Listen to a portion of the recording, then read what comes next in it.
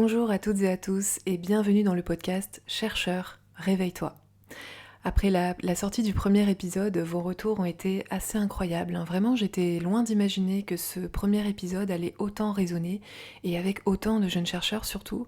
Jusqu'à présent, je m'autorisais ce genre de partage que dans la newsletter parce que je m'y sentais moins exposée que sur les réseaux et c'est vrai que c'est pas évident de parler de tout ça sur des posts en fait. Donc j'ai décidé de donner une vraie place à ce podcast dans mon emploi du temps. Déjà, je vous remercie pour vos retours et pour vos écoutes. Je vous remercie beaucoup pour les mots que certains ont pris la peine d'écrire, de m'écrire, soit dans les commentaires, soit dans la messagerie.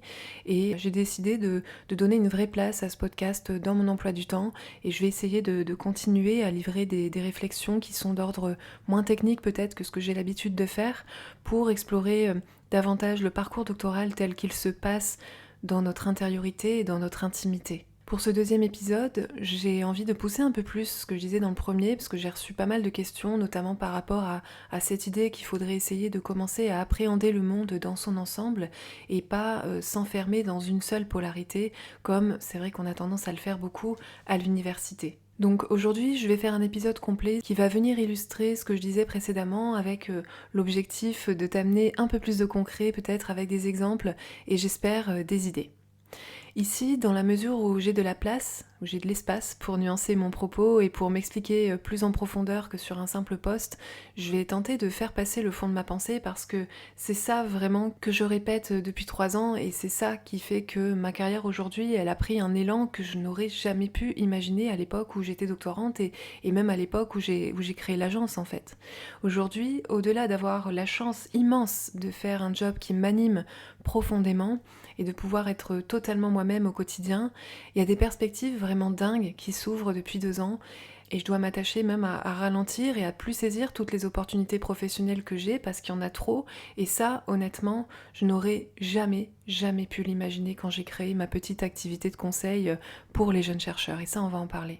Alors ouvre tes écoutilles, même si tu ne comprends pas dès maintenant la démarche vers laquelle je pense que tous les jeunes chercheurs en difficulté, et là je parle principalement de précarité et de santé mentale, devraient tendre. Cet épisode, c'est un condensé de clés pour trouver la sortie. Ça fonctionne, sans le dire tel que je vais le faire aujourd'hui, ces clés, elles sont ce qui me permet de driver en fait les accompagnements que je fais avec les doctorants qui sont concernés par ces problématiques et qui viennent pas vers moi pour ça en fait, ils viennent vers moi pour des choses plus techniques et c'est des choses qui passent un peu en filigrane pendant les séances et ça m'aide à les sortir très rapidement en 1 à 2 séances du système dans lequel ils sont souvent complètement englués au départ.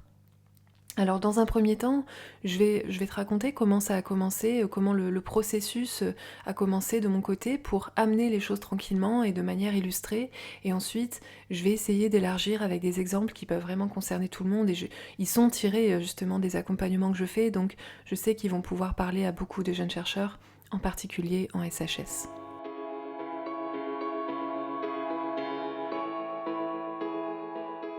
J'ai beaucoup raconté ces dernières années comment j'ai raté mon entrée en doctorat. Comme la plupart des jeunes chercheurs SHS, j'étais très mal informée, donc j'ai fait toutes les erreurs qu'il faut éviter et je me suis très rapidement retrouvée dans un chaos généralisé. Et par contre, c'est vrai que j'ai fait le silence sur les premières étapes qui m'ont permis d'évoluer un petit peu, parce que ça s'est joué d'abord dans ma vie personnelle et que j'ai jamais trop su comment amener le genre de sujet dont on va parler aujourd'hui. Si tu me suis depuis un moment, tu sais que c'est le fait d'obtenir un financement en 4e année de thèse qui fait que j'ai réussi à terminer ma thèse, ça c'est très clair, mais pour obtenir ce financement qui a effectivement tout changé, je suis passée par des étapes qui ont à la fois été douloureuses et magnifiques. De mon point de vue en tout cas, douloureuse parce que je ne savais pas quoi faire de tout ça, et magnifique parce que ça a opéré tout seul en fait, tout simplement. Ça s'est fait sans moi. Dans l'épisode précédent, je disais justement que j'avais jamais rien décidé parce que c'est vrai que moi, je ne comprenais rien à tout ce qui se passait, et ça on va en parler aussi. C'est seulement depuis que j'ai soutenu ma thèse et à partir du moment où j'ai rompu avec le monde académique et que je me suis consciemment ouverte à d'autres univers et donc que j'ai accepté de lâcher des choses issues de ma culture académique auxquelles je m'accrochais vraiment, que toutes les prises de conscience sont arrivées petit à petit. La première chose qui m'a menée vers cette sortie pour me conduire exactement où je voulais aller, c'est quelque chose de totalement anodin. Quand j'étais en 2e année de thèse, il s'est passé quelque chose qui aurait dû être un micro-événement, mais qui en fait a provoqué une onde de choc dans ma vie et qui a pris une place de premier plan dans mon quotidien et dans mes pensées. Pour te dire, ce micro-événement, c'est juste la découverte d'un groupe de rap français que j'aurais dû trouver nul ou pas terrible, mais qui m'a totalement embarquée. On est en 2015 et je me questionne pas mal sur mon projet doctoral. Je travaille de nuit dans un internat et même si je dors sur place, c'est vrai que le rythme me fatigue énormément et il y a des périodes qui sont vraiment très difficiles, notamment la période après la rentrée, là, la période octobre-novembre. Celle-là, elle est très difficile. À ce moment-là, j'ai aussi conscience que c'est ma dernière année sous contrat avec l'Éducation nationale. Je ne sais pas comment je finance la suite et en plus, je suis dans une relation amoureuse qui est impossible et qui me fait énormément souffrir. C'est l'époque où je sortais d'une phase où je méprisais un peu les gens qui n'étaient pas très cultivés et j'avais une idée bien précise de ce qu'était la culture. En rap, j'appréciais bien des groupes comme IAM ou Kenny Arcana, hein, j'étais pas fermée. Ce genre de groupe, ça rentrait dans mon système de valeurs, mais c'est vrai qu'à part ça, j'aimais pas le rap français et les artistes que je vénérais vraiment en dehors de la musique classique, c'était les Radiohead, c'était The Cure, c'était Massive Attack ou Archive. Et là, je tombe sur une émission qui parle d'un groupe qui est totalement en dehors de mon système, et relativement inconnu à ce moment-là, c'est PNL. Je regarde l'émission et comme j'aime bien l'équipe et je trouve que c'est intelligent ce qu'ils racontent, j'écoute ce qu'ils disent et ça m'intrigue. Mais quand je découvre la musique dont on parle, là je déteste. J'aime pas les mecs, j'aime pas l'univers, j'aime pas les voix, j'aime pas la mélodie, j'aime rien. Je rigole en fait en voyant ça, mais j'écoute quand même un autre son histoire d'être sûre de pas passer à côté d'un truc et je tombe sur l'un des seuls titres qui était dispo à ce moment-là, c'était Mowgli. Là je comprends un peu mieux, mais bon, clairement ça me touche pas plus que ça. La journée se passe et au milieu de l'après-midi, je finis par rentrer chez moi et sur le chemin, les sons de PNL commencent à me revenir en tête. Ça se fait tout seul. Du coup, je réécoute dans la voiture, je me souviens il faisait beau, je me sentais bien et finalement, ça passe. Cette musique, elle passe. Quelques semaines après, le premier album sort et là, je tombe complètement dedans. C'est-à-dire que quand je dis complètement dedans, c'est au point de plus pouvoir penser à mon travail en fait. Ça me bouleverse totalement. Du coup, je dis à tout le monde qu'il faut écouter ce groupe. Personne ne connaît, personne n'aime, évidemment. Tout le monde se fout de moi. Mais moi, ce groupe, il me percute vraiment et ça met un stop à tout ce que je suis en train de faire. Tellement ce que je ressens me questionne, ça me réveille, en fait. Ça me rappelle à moi-même. C'est la période où je vais décider d'abandonner ma thèse, hein. Enfin quelques temps plus tard, hein, pas tout de suite, mais c'est dans cette année-là j'ai abandonné pendant quelques mois ma thèse. Je pensais vraiment arrêter et finalement j'ai repris à la rentrée suivante, mais voilà, il y a eu tout un processus en cette deuxième année de thèse. Ce groupe, en fait, il exprime parfaitement ce que je ressens vis-à-vis de ma situation à ce moment-là. C'est-à-dire que d'un côté, je suis doctorante en histoire de l'art et j'ai l'impression que mes études, elles pourraient me conduire à faire une belle carrière dans le monde de la recherche ou dans le monde de l'art. Et de l'autre, concrètement, je vis sous le seuil de pauvreté. Il y a encore des années de travail avant d'obtenir seulement le doctorat. Et ma situation, elle s'aggrave d'année en année, hein. Je suis de plus en plus précaire et l'anxiété, elle monte d'un cran tous les ans. C'est exactement ce qu'incarnent les deux frères du groupe PNL. L'un des deux essaie de s'en sortir en faisant des études, et c'est l'autre qui finance les charges de la famille en trafiquant. J'étais un peu les deux en même temps, parce que d'un côté j'enseigne à l'université, de l'autre je vis dans les quartiers, je connais que la pauvreté, et puis il y a ce syndrome de l'imposteur qui fait que je me sens pas légitime au point de me sentir même parfois malhonnête, au sens où d'une part, mon CV ne reflète pas qui je suis, je le sais, et surtout, je m'en rendais plus compte à ce moment-là, mais je me contorsionnais vraiment pour réussir à me faire une place dans ce milieu. Je rejetais beaucoup de choses et j'essayais d'être quelqu'un d'autre en croyant que c'était comme ça que j'allais devenir qui je voulais être.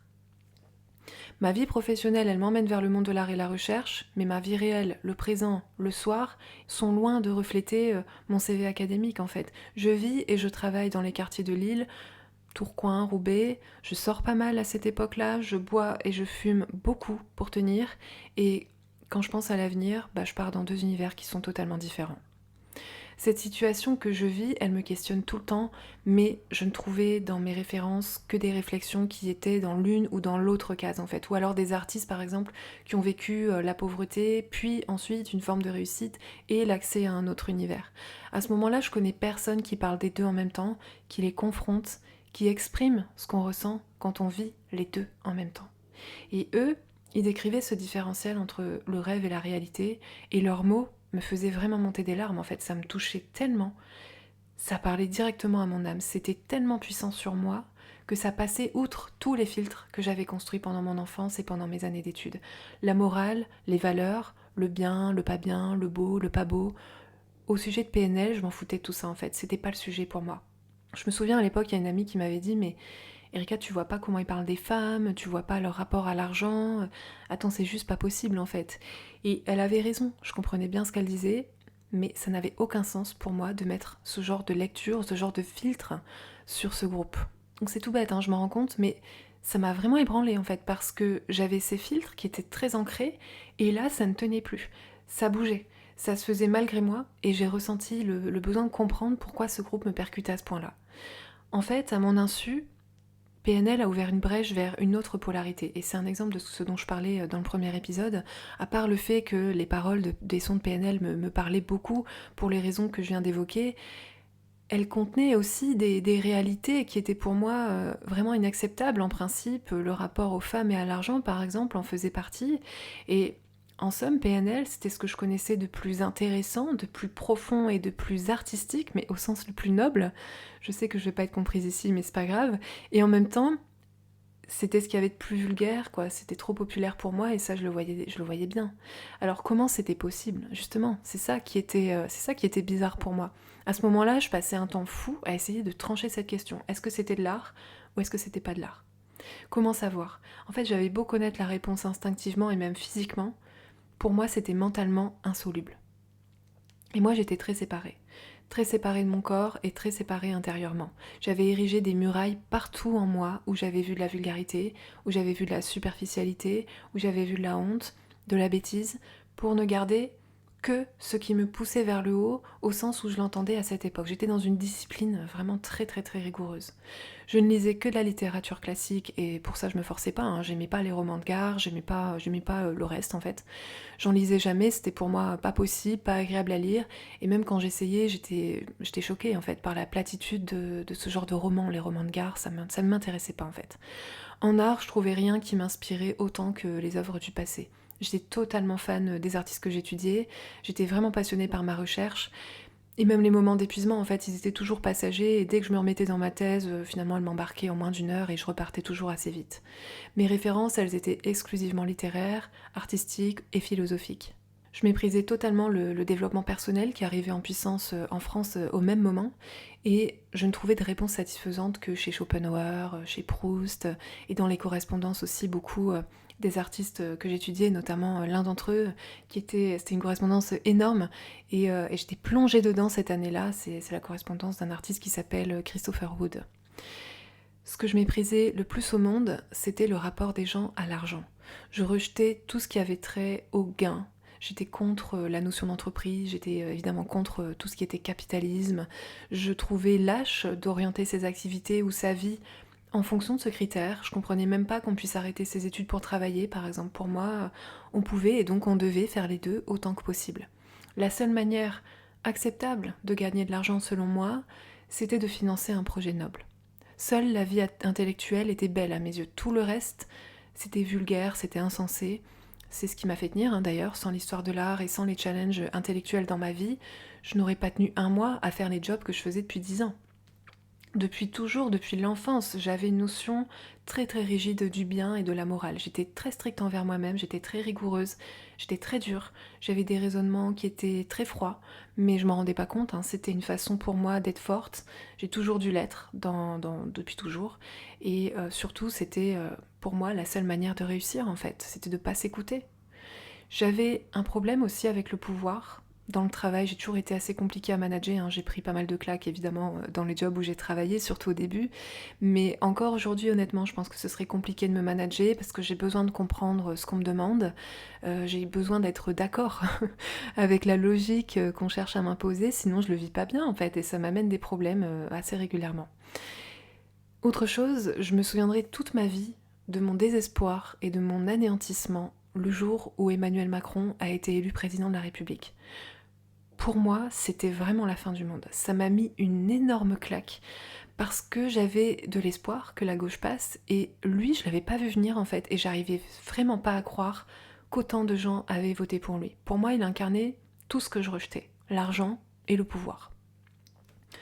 Donc en somme, je me croyais cultivée, et je l'étais en un sens, mais j'étais aussi vraiment crédule, quelque part. Parce que je passais mon temps à être surprise, je passais mon temps à être étonnée, à être choquée, à être interloquée, à être outrée, et rejeter tout ce qui était étranger à mon système, en fait ça me rendait intolérante, ça me rendait ignorante et même bête, quelquefois, parce que malgré ma culture et malgré mes connaissances, je comprenais rien en fait. Donc, à force de pousser les choses à leur extrême, et de lutter en même temps contre tout ce qui, selon moi, ne devait pas faire partie du paysage, je passais complètement à côté de ce qui était censé me nourrir et me faire vibrer. Il n'y avait plus de joie dans ma vie à ce point-là, en fait. À l'époque où j'ai amorcé la deuxième, la troisième année de thèse, il n'y avait plus de joie dans ma vie. Il n'y avait plus de loisirs, je prenais tout au sérieux. Les seules émotions spontanées chez moi, c'était la colère, c'était le désespoir, parfois même la haine. Quand on touchait à des sujets sensibles, comme les problèmes de société, je pouvais être très très dure. C'est pour ça que j'ai vécu cette histoire avec PNL comme un vrai cas de conscience. Je sais combien elle paraît débile, et je pense d'ailleurs que la vie a dû me présenter pas mal de situations avant qu'on en arrive là, mais comme je comprenais pas le message, elle a dû me trouver un sujet complètement à côté de la plaque, comme moi en fait, pour attirer mon attention et pour me faire passer son message. Alors ce message, c'est quoi ?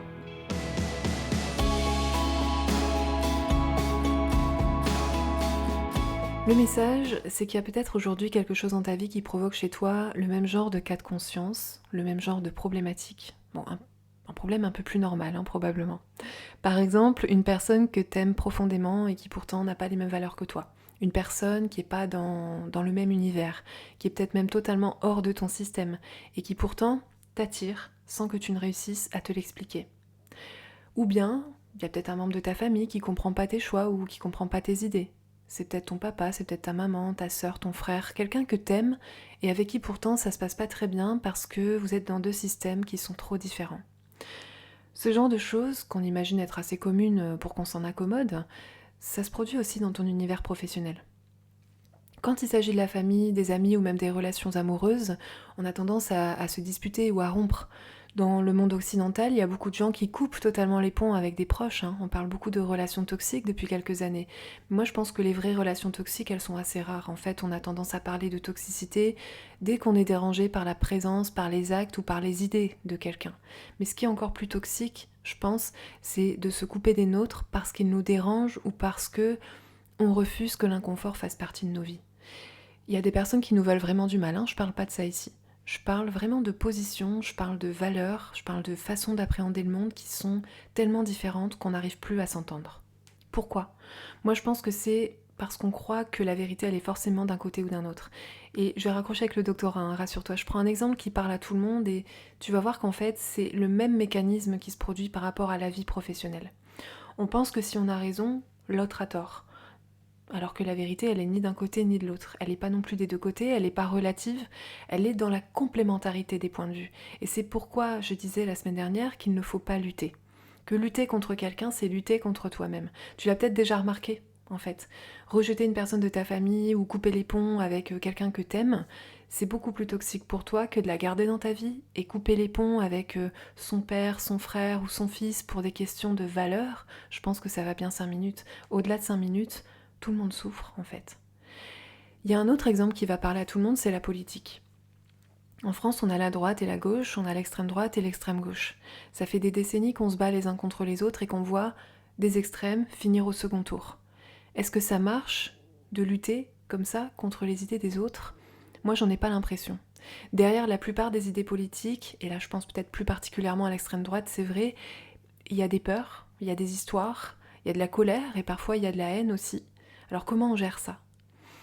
Moi je me souviendrai toute ma vie de ma réaction quand j'ai appris que l'une de mes proches, très très proches, avait voté à l'extrême droite.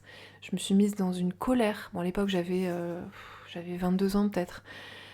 Je me suis mise vraiment en colère. J'étais surprise, j'étais estomaquée, j'étais sidérée, comme d'habitude. Et qu'est-ce que j'ai fait ? Je lui ai fait la morale. Et aujourd'hui, quand j'y repense, franchement, j'ai honte parce que j'aurais pas pu tolérer à l'époque que quelqu'un ait la même réaction envers moi si j'avais dit que je votais à l'extrême gauche, en fait. Pour moi, l'inverse, c'était inimaginable. J'ai honte aussi parce que dans les années qui ont suivi, j'ai beaucoup enseigné. Aujourd'hui, je suis maman. Avec mes élèves, avec mes étudiants, maintenant avec les jeunes chercheurs que je conseille ou avec mon fils, j'ai jamais eu cette attitude moralisatrice. J'ai toujours été plutôt dans la compréhension, naturellement en fait. Je suis à l'écoute, je suis ouverte. Ça me serait jamais venu à l'idée de m'énerver contre un élève ou contre un étudiant si j'avais appris qu'il avait ce genre d'idée. Mon réflexe, ça aurait plutôt été d'essayer de le comprendre, de l'amener à se questionner, parce que j'étais dans mon rôle d'enseignante, mais aussi parce que je pense que la colère et la haine viennent de peur. Si mon fils a peur de quelque chose ou s'il se met en colère contre moi ou contre quelqu'un, je vais pas le combattre en fait, je vais pas lutter contre lui. Ce serait complètement hors de propos. Alors pourquoi on fait ça en politique ? Pourquoi à la place on commence pas à se parler ? Pourquoi on commence pas à écouter, à comprendre, pour composer avec l'ensemble des points de vue, en étant dans l'écoute, en étant dans la compréhension de l'autre et surtout de là où il en est aujourd'hui dans ses idées et dans son évolution personnelle. C'est ça qu'on oublie, c'est que nous aussi on évolue et tout le monde évolue, donc c'est pas figé. Par contre, ce contre quoi on lutte, on le renforce. Et ça, c'est toujours, toujours, toujours. Et je pense que même là, on devrait arrêter de s'en prendre aux autres parce que la vérité, elle est aussi de leur côté. C'est une erreur de renier la vérité des autres. La peur et la colère, ce sont des vérités. Si elles ne s'attaquent pas chez tout le monde au même sujet, elles existent bien chez chacun d'entre nous. On a tous peur, on est tous en colère parfois. Et regardez à gauche, on a peur de l'extrême droite, donc on est automatiquement dans la colère, voire dans la haine. Donc en fait, on a exactement le même réflexe, la colère et la haine. Bon, j'en reviens maintenant au doctorat et à cette idée qu'il faut arrêter de lutter pour te faire une place à l'université. C'est la même dynamique. Au début, on se lance dans une thèse en SHS, et même dans les sciences dures. Souvent, on se lance en doctorat par passion pour un sujet. On aime être stimulé intellectuellement. On sent que c'est quelque chose qui va nous manquer dans la vie professionnelle et donc on est prêt à y aller, quoi. On se sent aussi très engagé dans nos idées, souvent. On sent parfois que ce qu'on vient de trouver, ça pourrait complètement bouleverser le monde des idées ou de la recherche, que ça pourrait avoir un impact incroyable parce que en nous déjà on sent que ça bouge. C'est vraiment très vivant en fait pour nous. Donc pour nous, les métiers de la recherche et de l'enseignement, ce sont des métiers qui ont du sens. Et le sens, c'est primordial pour nous. Nous, on ne travaille pas pour l'argent, nous, on travaille pour le sens. Mais déjà, pourquoi est-ce qu'on pense qu'il faudrait se passer de l'un pour avoir l'autre ? Quel est le rapport entre le sens au travail et l'argent ? Pourquoi on les oppose ? Qui a dit qu'on ne pouvait pas avoir les deux ? Ça vient d'où ça en fait ? C'est la première question que je te pose, t'en fais ce que tu veux. Ensuite, le temps passe et on commence à sacrifier beaucoup plus que l'argent sur l'autel du sens. On sacrifie notre confort, on sacrifie notre bien-être à travers les problématiques de précarité qui s'installent et qui s'aggravent fatalement dans une thèse non financée. Les années s'accumulent et on remet une pièce dans la machine tous les ans parce qu'en sacrifiant l'argent, on a sacrifié le temps, parce qu'il faut travailler à côté pour financer la recherche, donc il faut gagner de l'argent parce qu'on n'a pas voulu gagner de l'argent en faisant de la recherche. Ou pas pu, je sais qu'en SHS, c'est souvent qu'on n'a pas voulu parce qu'on a eu peur ou parce que des questions de valeur dont je parlais la semaine dernière. Parfois on a cherché, on n'a pas trouvé, donc on y est allé sans le financement. Bon, admettons. Acculé, on commence à lutter contre soi-même. On refuse d'être fatigué, on refuse de se reposer, on refuse de prendre du temps pour soi. On est dans la culpabilité. On manque de temps, on manque d'énergie, pour tout. Rien n'avance, ou très lentement, mais au lieu de questionner le système dans lequel on réfléchit, on va le pousser à son extrême, on va aller encore et toujours plus loin. Pourquoi ? Moi je pense que c'est parce qu'on est de bons élèves, en partie. Si c'est pas assez bien, c'est forcément parce qu'on n'a pas fait assez, il faut aller plus loin, il faut réessayer, il faut recommencer, il faut persévérer. Mais quel enfer ! Est-ce que c'est ça, avoir un métier qui a du sens ? Est-ce que c'est ça, avoir un métier passion ? Est-ce que c'est tourner dans la roue ? Moi je pense pas. Si tu as bien travaillé et que ça suffit pas, que tu as recommencé et que ça n'a pas suffi, et que tout ça, ça dure depuis 2 ans, depuis 4 ans, depuis 6 ans, c'est pas parce que t'es pas assez bien, c'est pas parce que t'as pas fait assez, ou parce que réussir dans le monde académique c'est vraiment difficile et que donc c'est normal de vivre ça. Non, en fait. Est-ce que tu penses vraiment que les titulaires ont travaillé plus que toi ? Je te donne la réponse, c'est non. Dans un univers saturé où il n'y a plus de place à prendre, il faut commencer à songer à créer de nouvelles places. Et ça tombe bien parce qu'en toi, il y a pas mal de mètres carrés non utilisés, n'est-ce pas ? Et ces mètres carrés, ils n'en peuvent plus que tu les rejettes. Ta place, faut que tu la reprennes d'abord en toi. Il y a quelque chose de très fort chez les doctorants que j'accompagne et qui se sentent embourbés dans ces problématiques de précarité et de santé mentale, c'est la peur du changement. En fait, ils sont persuadés de travailler depuis des années en faveur d'un changement qu'ils désirent, donc ils n'ont pas l'impression d'avoir peur du changement.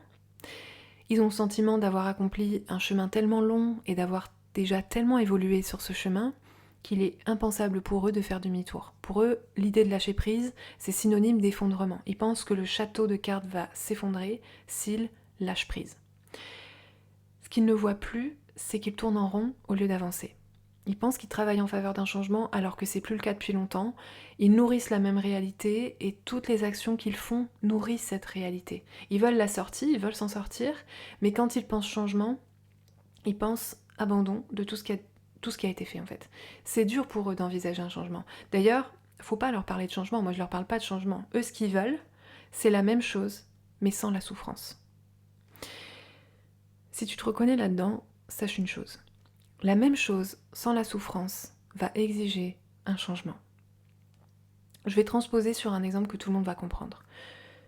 Une femme qui est battue par son compagnon va rester souvent des années dans la relation parce que le compagnon ne passe pas son temps à la battre. En fait, après l'avoir battue, il redevient normal, il redevient même charmant. On connaît tout ce mécanisme. On voit très bien ce qu'il faudrait faire quand on est en dehors de cette situation.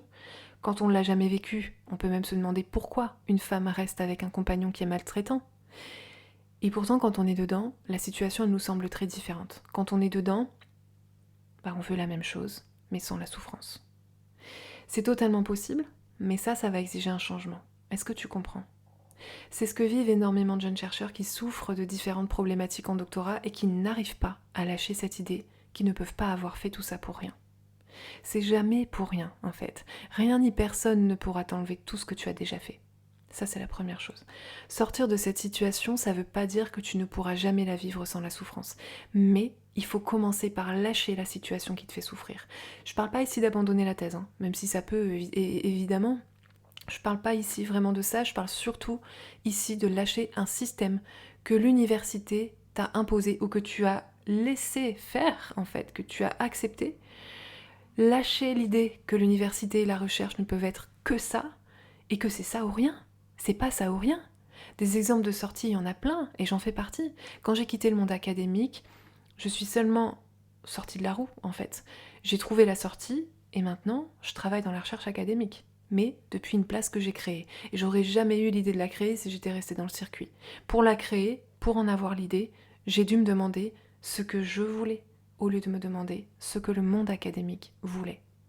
Comme ce que je voulais ne me paraissait pas possible à l'université et que ma santé se détériorait vraiment, je l'ai quitté. Pour ça, j'ai lâché l'idée que je me faisais de la réussite. Ça a été très douloureux. J'ai renoncé à ce que je voulais faire depuis des années. J'ai accepté de vivre ma vie professionnelle autrement. Et ça, c'est super bizarre parce que c'est comme ça, en fait, que j'ai trouvé la voie de la réussite au sens où je l'entendais à l'époque. C'est ça qui est fou. Faire quelque chose de grand, faire quelque chose d'impactant, d'innovant, en vivre dignement, réussir à inspirer en faisant quelque chose de différent, c'était ça pour moi la réussite et c'est pour ça que je voulais être enseignant-chercheur. Qui a dit que je pouvais pas faire de l'enseignement et travailler dans la recherche ? Juste moi en fait. Moi parce qu'à l'époque, je ne voyais pas d'autre option pour le faire que d'être enseignant-chercheur. Ce n'est pas l'université qui m'a limité, c'est moi, en ne visant que ça et en rejetant un peu, presque inconsciemment je dirais, tout ce qui était en dehors du monde académique. Aujourd'hui, grâce à l'agence, des dizaines de jeunes chercheurs ont monté leur projet de recherche et ils ont trouvé leur financement. Je joue un rôle qui était auparavant uniquement joué par quelques directeurs de thèse quand ils n'étaient pas trop occupés. Aujourd'hui, les DR dirigent des jeunes chercheurs vers l'agence et des universités me contactent pour participer à des projets et pour les co-créer. Et surtout, l'agence intéresse de plus en plus d'acteurs et d'instances du monde de la recherche dont je ne connaissais même pas l'existence jusqu'à présent. Il y a de vraies places à prendre dans le monde de la recherche, ce sont des places vraiment épanouissantes et qui te ressemblent vraiment. Si c'est vraiment là que tu veux aller, tu pourras y aller. La plupart de ces places, elles n'existent pas encore simplement. Le monde professionnel, il est en transition. Quand quelque chose est saturé, il y a toujours quelque chose qui s'ouvre. Aujourd'hui, on en est là. Donc aujourd'hui, il y a des boulevards entiers, mais on se focalise sur le manque de débouchés. Et ça, c'est vraiment dommage, surtout quand on est chercheur. Pour aller chercher la place qui t'attend, tu vas devoir arrêter de lutter contre des réalités auxquelles tu crois, comme le manque de débouchés, et arrêter de lutter contre des parts de toi que tu n'aimes pas, ou que tu n'acceptes pas, ou que tu penses n'avoir pas leur place en toi, et arrêter de mettre des univers en opposition. Il faut commencer à penser en termes de complémentarité. Tout est complémentaire. Regarde la nature. Tout se fait tout seul, sans lutte. Regarde comme la nature semble équilibrée, comme les saisons reviennent encore et encore, comme le soleil revient après la pluie, comme les arbres et les plantes poussent n'importe où, parfois dans des conditions incroyables. Il n'y a rien à faire, ça se fait tout seul. En ce moment, les jonquilles, elles sont pas en train de se demander comment elles vont faire pour fleurir. Elles sont pas en train de se demander si elles vont y arriver.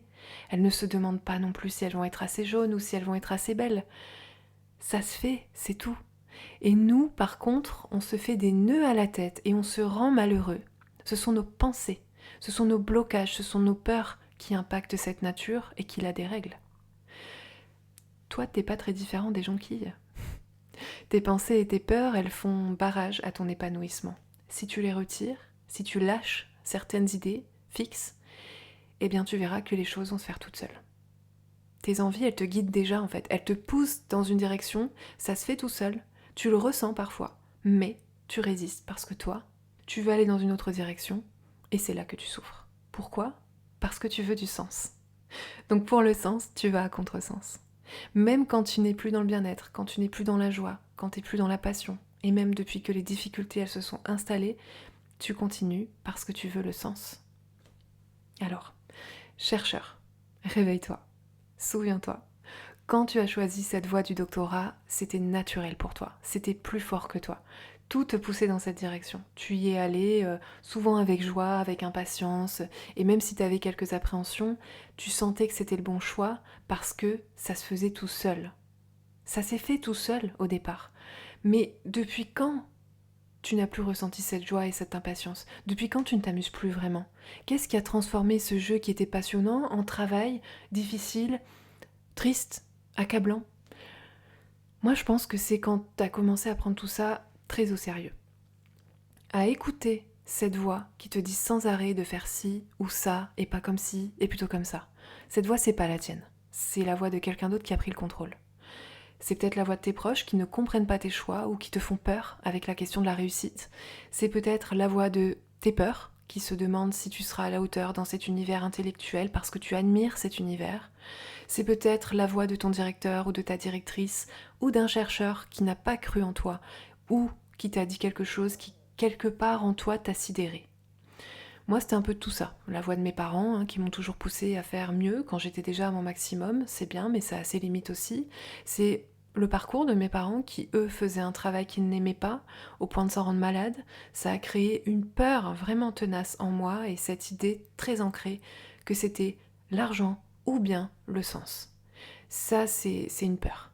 C'était aussi la voix de mes amis et de mes proches qui s'inquiétaient pour moi, ou qui étaient même parfois jaloux, et qui me renvoyaient à une certaine honte, et à ce doute qu'on a tous, et qui nous dit « mais pour qui tu te prends ?» Et ce brouhaha-là, ce brouhaha de voix, il est souvent complété d'un silence, d'une voix qui est silencieuse, d'une voix qu'on n'entend pas, c'est une voix qui nous rassure. Cette absence de voix qui nous rassure, elle se transforme en voix en nous qui nous dit le contraire, donc une peur, encore. Toutes ces voix, ce n'est pas toi. Ce n'est pas qu'il ne faut pas les écouter, c'est qu'elles ne devraient pas pouvoir trouver cette place en toi.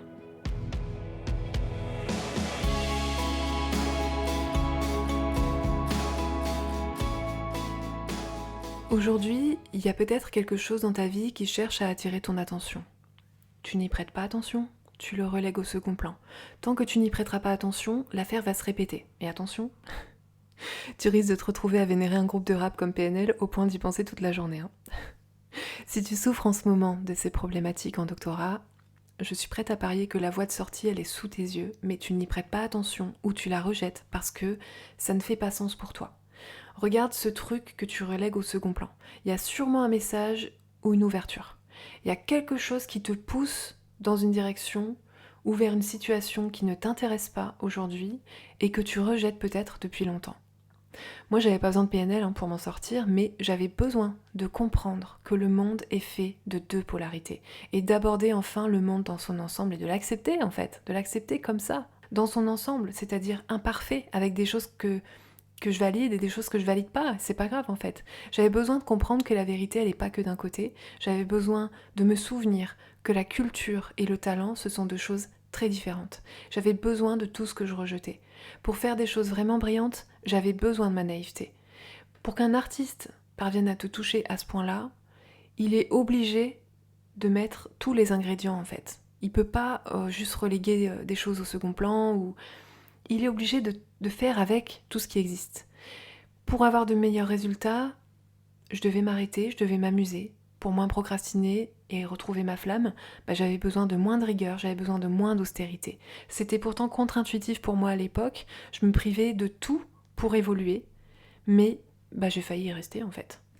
La vie c'est un jeu, on l'oublie ça. Quand je dis que les difficultés en doctorat ne sont pas là où on les attend, c'est parce que nos limites, elles ne sont pas là où on le croit. Tes limites, elles sont pas celles que tu penses. Tes limites, c'est pas ton intelligence, tes limites, c'est pas tes capacités, ton problème, c'est pas que t'as pas le niveau, et c'est pas qu'il n'y a pas de débouché. Ton problème, c'est que toi, tu crois à ça. Tes limites, elles sont pas là où tu te sens rejeté, elles sont là où se trouve ce que toi tu rejettes. C'est toi qui crée tes limites. C'est toi qui dessine les contours de tes perspectives, par tes croyances. C'est de croire que l'université veut que tu fasses mieux, ou que tu fasses plus, ou pas comme ci, ou pas comme ça. C'est ça qui te limite. En vérité, elle t'a jamais dit ça. Elle parle pas à l'université. Admettons qu'un chercheur t'a dit quelque chose. Pourquoi tu lui as donné du crédit? En fait, c'est ta voix qui compte, c'est pas celle des autres. C'est de croire que l'université est toute puissante dans ta vie qui te limite. C'est de croire que les chercheurs font autorité dans ta vie qui te limite. C'est de croire que l'université c'est le seul lieu où peut s'épanouir ton talent qui te limite. C'est de croire qu'il n'y a pas de place pour toi dans le monde professionnel qui te limite. C'est une illusion. Et c'est pourquoi je te recommandais la semaine dernière de questionner ce que tu tiens pour vrai et d'explorer ce que tu refuses pour l'instant ou ce que tu tiens pour sans intérêt. Cette image que tu te fais de l'université et du chercheur, vraiment questionne-la. Pour ça, rien de mieux que d'aller vers ces personnes qui sont en ce moment dans ta vie et qui ne comprennent pas tes choix et l'univers académique, juste pour comprendre et pour tenir compte du fait surtout qu'il y a des gens sur cette planète qui ne prennent pas le monde académique pour sacré. Il y a des gens sur cette planète qui ne sont pas régentés comme nous on a pu l'être pendant le doctorat par l'université et qui pourtant pensent que vu ton talent, ton énergie et tes connaissances, tu ne devrais pas en être là aujourd'hui. Et là, ils sont dans la vérité, ils sont dans le vrai. Tu as toutes les ressources, tu as tout. Ce que tu cherches, tu l'as déjà. Donc, si tu vois pas cette chose dont je parle, tu sais, cette chose dans ta vie qui te montre la direction, eh bien, commence simplement par t'ouvrir à ce que tu as l'habitude de rejeter, aux choses que tu as toujours trouvées sans intérêt et qui pourtant sont là, année après année, sous ton nez. Allume la télé si tu ne le fais plus, lis les biographies, lis les écrits ou regarde les productions des gens que tu ne supportes pas. Discute sincèrement avec des gens que tu ne comprends pas. Pas pour les convaincre, mais pour les écouter, vraiment, pour les entendre. Ouvre-toi et fais des choses que tu t'es toujours refusé de faire. C'est forcément là en fait, c'est déjà là sous tes yeux. Si tu ne le vois pas, c'est parce que tu t'es fermé à ça. Si je te dis ça, c'est pas parce qu'il y a des choses intéressantes à la télé particulièrement évidemment, ou parce que les gens que tu supportes pas, ils ont des choses à t'apprendre, c'est pas ça que je veux dire. Ce que je veux dire, c'est que tu as un regard sur le monde aujourd'hui qui n'est plus le même qu'il y a 2 ans, qu'il y a 5 ans ou qu'il y a 10 ans, et que, au lieu de le regarder aujourd'hui avec un regard différent, en fait, tu choisis de ne plus le regarder dans son ensemble. Et l'idée, c'est d'essayer de te souvenir, à quel moment t'as arrêté de regarder le monde dans son ensemble, en fait. Un enfant, il regarde le monde dans son ensemble. Je pense que à l'adolescence, on commence à trier, à rejeter des choses, mais ensuite on revient dans le neutre, en quelque sorte, on commence des études, etc. On s'ouvre à nouveau à ce moment-là à des choses qu'on ne connaît pas, on s'ouvre à l'idée de perdre ses repères, et je dirais qu'en doctorat, il y a une sorte d'effet entonnoir. Moi en tout cas, je suis vraiment tombée là-dedans, et j'ai arrêté en fait, j'étais plus ouverte, j'étais vraiment dans le rejet de tout, et j'ai arrêté de regarder le monde dans son ensemble. Donc il y a forcément là, quelque part, quelque chose qui cherche à attirer ton attention. Quelque chose qui pourrait t'indiquer la direction, te montrer là où on a besoin de toi, même si tu ne le comprends pas encore. Un espace où ton talent et tes compétences pourraient vraiment changer radicalement ta vie et s'intégrer parfaitement au monde qui t'entoure. Il y a quelque part un espace qui n'attend que toi, qui a besoin de toi. Et par là, j'entends de qui tu es complètement et pas juste une partie de ce que tu es. Ta place, en fait, elle n'est pas là où tu dois te contorsionner pour réussir à rentrer. Fais-moi confiance. Ta place, elle est là où tu pourrais t'épanouir pleinement et surtout facilement. C'est-à-dire dans la fluidité, dans la joie. Je vais rappeler un truc, c'est que moins de 1% des gens ont un doctorat. Tu fais peut-être déjà partie de ce 1% ou peut-être que tu en feras bientôt partie. 1%. Et on se laisse croire qu'on n'a rien de spécial, qu'on n'est pas assez, qu'on n'a rien fait de particulier dans notre vie, qu'on n'a rien fait qui se démarque. C'est ça qui se passe aujourd'hui. Aujourd'hui, en France, la plupart des docteurs, beaucoup de docteurs s'excusent presque d'en être arrivés là. Ils débarquent sur le marché du travail en mode « je suis inadapté, je suis allé trop loin, il faut que j'apprenne les règles pour m'adapter au monde ». Mais en fait, ça va pas ou quoi ? On attend aujourd'hui que les docteurs nous montrent ce qu'ils peuvent faire pour nous, qu'ils nous montrent ce qu'ils ont dans le ventre, dans le cœur, et qu'ils nous embarquent. Et à la place, que font les docteurs ? Ils essayent de s'insérer. Mais pourquoi en fait ? Ça n'a aucun sens. C'est en partie à toi de montrer la voie. C'est ce qui est au cœur de ta formation de chercheur. Ces derniers jours, je regardais le démarrage de la nouvelle saison de Top Chef à la télé et le premier épisode m'a justement montré un exemple qui fait pas mal écho à ce dont je parle dans ce podcast. Dans le monde de la cuisine, les apprentis les plus ambitieux, ils essaient de se former chez les plus grands chefs. Dans cet univers, c'est très prestigieux de dire qu'on a fait les plus grandes maisons et que pendant notre formation, on est passé chez Pierre Gagnère, chez Paul Bocuse ou chez Alain Ducasse. Ce sont des noms français qui sont connus dans le monde entier.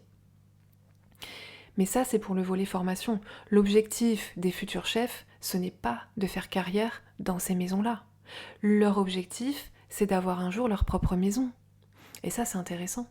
Dans le premier épisode la semaine dernière, la chef Stéphanie Lequelec, elle a dit à un candidat, elle a goûté son plat qui était excellent et elle l'a complimenté et elle lui a dit en gros, j'étais comme toi il y a quelques années, je sortais des grandes maisons, j'avais une très bonne technique, ce que je faisais c'était excellent, mais ça manquait de cœur et ça manquait de personnalité. Tu es un peu comme moi à l'époque et si je te prends dans mon équipe, c'est pour qu'on aille chercher ce que t'as dans le ventre, ton truc à toi. Je veux savoir ce que t'as vraiment là, dans le cœur. C'est ce qu'elle lui a dit. Pour vraiment faire carrière dans l'univers culinaire, faut avoir son truc à soi. Et ça, faut aller le chercher en soi. Mais on a tous peur de faire ça. On a tous peur d'être démasqués. On a tous peur que ce qu'on a à dire, c'est pas intéressant. On a tous peur que ce qu'on va dire, ça va choquer. En fait, on a tous peur de sortir ce qu'on a vraiment en nous. Mais du coup, nous, dans le monde académique, on a tendance à pas avoir peur finalement de la difficulté que représente le peu de postes disponibles, mais en fait, la véritable difficulté, elle n'est pas là. La véritable difficulté, elle n'est pas là. Il s'agit de savoir ce qu'on a vraiment nous dans le ventre. Les plus grands chefs, ce sont des gens qui se servent de leur histoire, de leur fêlure, des difficultés qu'ils ont rencontrées dans la vie et qui réussissent à faire passer dans leur plat des histoires, des émotions et des combats. Ça te rappelle quelque chose, non ? C'était pareil dans le monde intellectuel il y a encore quelques années. Aujourd'hui, quels intellectuels se démarquent vraiment ? Quels intellectuels se démarquent comme l'ont fait ceux qu'on admire tous, qu'on a tous lus, comme Simone de Beauvoir, comme Bourdieu, comme Foucault, Deleuze, Derrida, Lévi-Strauss, Sartre ? On les admire et souvent ce sont eux qui nous inspirent à faire des carrières académiques. Je pense que je me trompe pas. Mais attends 2 secondes, est-ce qu'ils étaient en poste ? Ou est-ce qu'ils avaient leur truc à eux ? Est-ce qu'on se souvient d'eux pour leur poste de titulaire ou est-ce qu'on se souvient d'eux pour leur œuvre ? Je crois que tu connais la réponse, et dans le cas contraire, c'est le moment d'aller regarder tout ça d'un peu plus près. À l'époque, c'était difficile de se faire une place en se démarquant. Il y avait peu de grands médias, il y avait surtout très peu de leviers pour se faire connaître et pour se démarquer. Aujourd'hui, c'est très différent. On a tout aujourd'hui pour se faire connaître et pour se démarquer. Le problème, c'est même qu'il y en a trop, et qu'il y a presque trop de monde aussi sur ce créneau-là. Mais en tout cas, si c'est ce que tu veux faire, et si tu veux vraiment aller vers la bonne difficulté, entre guillemets, ça requiert que tu ailles chercher en toi. Ça requiert que tu mises sur qui tu es, sur ce qui est déjà là, en toi, et que tu le montres pour que ça existe au-delà de toi-même. Alors, je te le demande, qu'est-ce que tu as sur le cœur aujourd'hui ? Dis-le de la manière de ton choix. Qu'est-ce que tu veux et qu'est-ce qui t'en empêche vraiment ? Si aujourd'hui tu ressens une pression et une tension généralisée dans ton corps et dans ton esprit, si tu te sens saturé de certaines choses qui sont liées à ton projet, si t'en as marre que tes tentatives elles ne donnent rien dans le monde académique ou en dehors, si aujourd'hui personne ne semble s'intéresser à tout ce que t'as fait, et si tu sens qu'en fait ça résonne pas, eh bien c'est le meilleur moment pour tout lâcher. Lâche tout. Arrête de penser à ce qui t'entoure et reviens à toi. Arrête de croire que tu t'es donné déjà suffisamment de temps en allant vers le doctorat. Arrête de croire que maintenant tes proches veulent voir le résultat. Arrête de penser à tout sauf à toi dans ta recherche d'emploi ou dans ta thèse. Parce que là, t'es dans la culpabilité. T'es pas dans la joie. Et si t'es dans la culpabilité au lieu d'être dans la joie, tu risques pas de trouver ta juste place. Tu vas peut-être finir ta thèse et tu vas finir aussi par trouver un emploi, mais qu'est-ce qui va se passer ensuite ? De la culpabilité, encore, pour sortir d'un job qui ne t'apporte pas de joie. Donc reviens à toi.